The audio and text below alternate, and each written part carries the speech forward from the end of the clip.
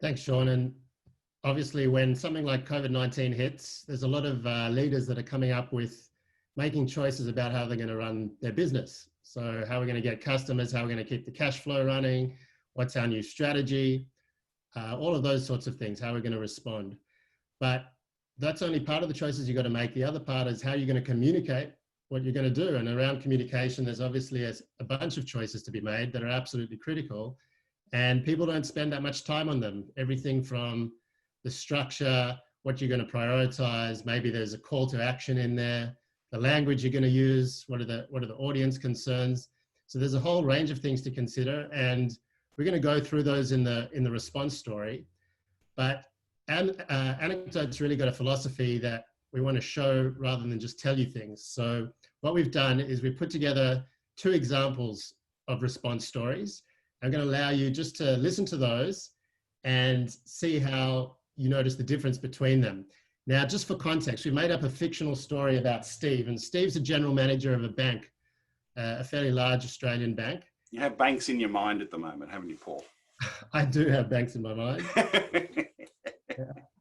We won't go into that, but yeah, need to work on the mortgage. And so Suited Steve is the first version that we're going to be talking about. And he's giving the presentation.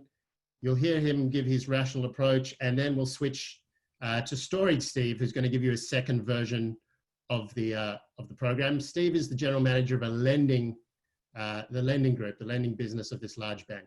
Yep. And what Paul did was made a recording of himself acting as Suited Steve.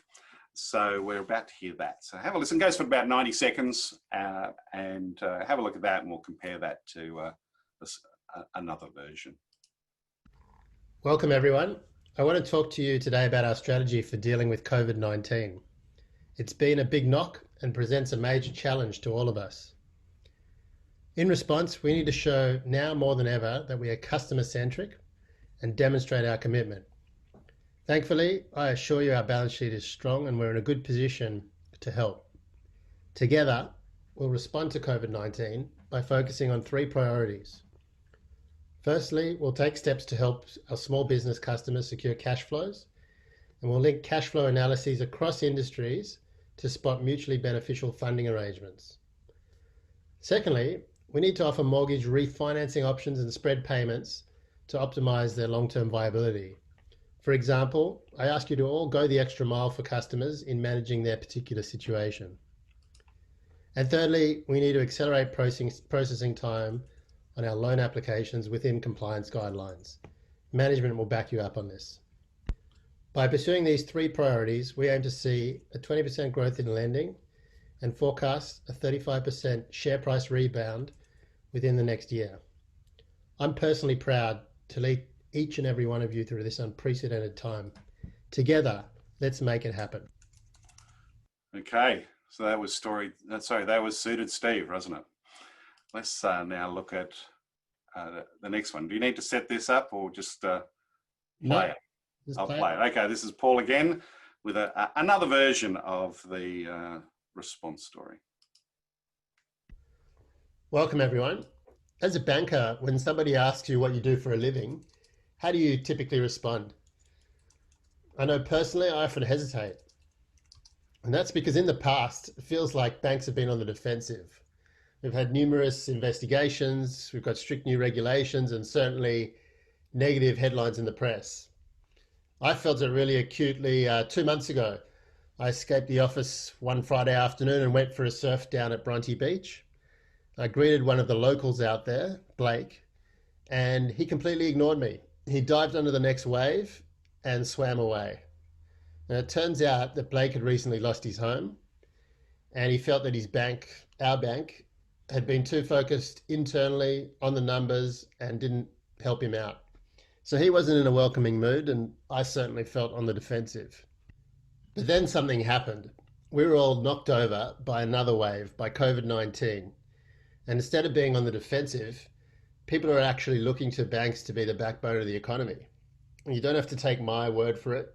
When this all broke in March, the finance minister herself contacted our CEO and asked for help stabilizing the economy, deferring mortgage payments and stimulating growth. So now we've got to respond to that call and to help customers and the economy get back on board. In the process, we'll get back on board ourselves and win back trust. That means focusing on three things. One, find the finance to keep people in their homes and businesses afloat. Two, create cash flows, advise businesses on how to keep cash flows healthy. And three, get approvals at speed. This means working with compliance to move fast. That's how we're going to shift from being defensive to getting back on board. So in the future, if we do these three things, imagine a year out, we've been saving houses, keeping businesses afloat. The headlines are great. Perhaps you can walk into your local cafe and somebody asks you what you do for a living. You'd be very happy to answer. And personally, I look forward to the day, maybe next summer, when I can get back on board at Bronte Beach and get a warm welcome this time from Blake. Okay, there are two versions. Let me just click to the next slide here. We've got an activity. Paul, you want to get them to... Yeah. So we just want you to enter this into the chat room, but what stood out as different between the two versions, and you'll notice there was no accompanying slides or visuals or graphics. We really just wanted to focus on the story itself. So if you could just type into the chat box, the chat window, what you found to be different between the two versions.